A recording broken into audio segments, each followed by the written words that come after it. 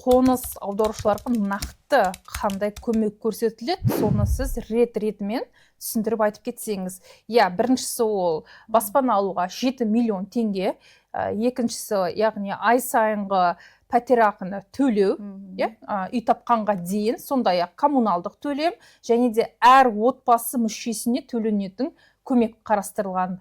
Ары қарай жалғастыра кетсеңіз. Жақсы.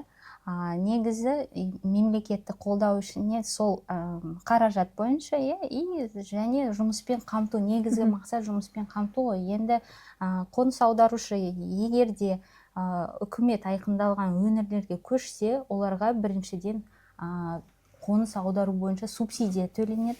Әр отбасы мүшесіне 70 айлық есептік көрсеткіші. 70 айлық есептік көрсеткіш бізде бүгінде қанша теңге? 300 мыңнан астам. Әр отбасыға, яғни егерде 4-5 баласымен көшіп келсек, жолдасы өзі шамамен 1,5 миллион теңгедей алады. Әрбір отбасы мүшесіне сол ақша солай шығады. Екіншіден, бір жылға дейін коммуналдық өтеулерді төлеу.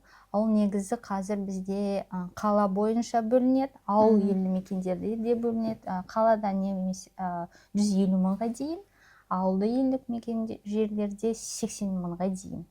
Бір жылға, Бір жылға. Тек қана осы бір жылға. Ал балаларды балабақшаға орналастыру, мектепке орналастыру жағынан көмек көрсетіле ме?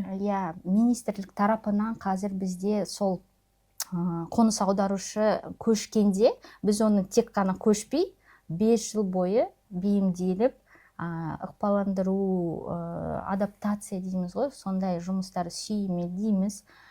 Бізде олар аймақтарда еңбек мобильділігі орталығы, мансап орталықтары.